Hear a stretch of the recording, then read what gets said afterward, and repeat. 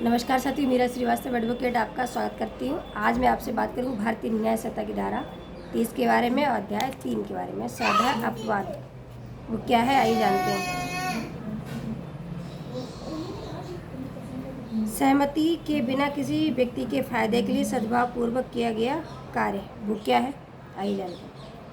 कोई बात जो किसी व्यक्ति के फायदे के लिए सद्भावपूर्वक यद्यपि उसकी सहमति के बिना की गई है, ऐसी किसी अपमानित कारण जो उस बात से उस व्यक्ति को कार्य हो जाए, अपराध नहीं है। यदि परिस्थितियां ऐसी हों कि उस व्यक्ति के लिए यह संभाव्य हो कि वह अपनी समझ प्रकट करे कि वह व्यक्ति सहमति देने के लिए समर्थ है, असमर्थ हो और उसका कोई संरक्षक या उसका विधिपूर्ण भार साधक कोई दूसरा व्यक्ति ना हो, इससे ऐसे समय पर अभिप्राप्त करना संभव हो कि वह बात फायदे के साथ की जा सके। वो क्या है? उस अपवाद का विस्तार आशय मृत्यु कार्य करने का या मृत्यु कार्य करने का प्रयत्न करने पर ना होगा। इस अपवाद का विस्तार मृत्यु या घोर उपत्ति के निवारण के या किसी घोर रोग या अंग शैथिल्य से मुक्त करने के प्रयोजन के लिए किसी ऐसी बात के करने पर ना होगा जिसे करने वाला व्यक्ति जानता हो कि उसकी मृत्यु कार्य होना संभाव्य है।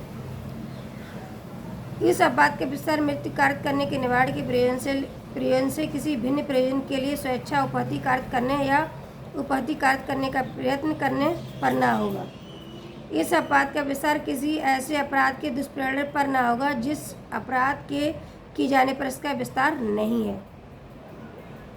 इसका एक दृष्टांत है, उस पर नज़र डाल लेते हैं। वो क्या है, आइए जानते हैं। यह अपने घोड़े से गिर गया और मूर्छित हो गया का एक शल्य चिकित्सक यानी एक डॉक्टर है। डॉक्टर का यह विचार है कि या के कपाल पर शल्य क्रिया आवश्यक है या की मृत कार्य करने का आशय न रखते हुए किंतु सद्भावपूर्वक या के फायदे के लिए या कि स्वयं किसी निर्णय पर पहुंचने की शक्ति प्राप्त करने से पूर्व भी कपाल का शल्य प्रक्रिया करता है, का ने कोई अपराध नहीं किया है। दूसरा एक दृष्टांत और है, उस पर नजर डालते हैं। वो क्या है? या को एक बाघ उठा ले जाता है, ये जानते हुए संभाव्य कि गोली लगने से या मर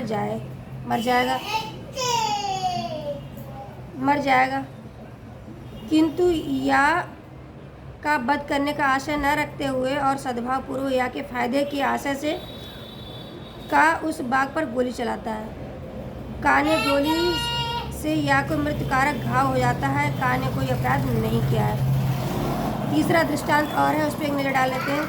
का एक शल्य चिकित्सक यह देखता है कि एक बालक को ऐसी दुर्घटना हो गई है, इसका प्राणांतक साबित होना संभाव्य है। यदि शस्त्रकर्म तुरंत न किया जाए, इतना समय नहीं है कि उस बालक को संरक्षक को आवेदन किया जाए, यानी उसको बताया जाए, इतना टाइम नहीं है डॉक्टर के पास। का सद्भावपूर्वक बालक के फायदे का आशा रखते हुए उस बालक का अन्यथा अनुमन करने पर शस्त्रकर्म करता है, का ने कोई अपराध नहीं किया है। चौथा एक दृष्टांत और है, उस पर नजर डालते हैं। वो क्या है? का एक बालक या के साथ एक का के जलते हुए ग्रह के नीचे लोग एक कंबल तान लेते हैं।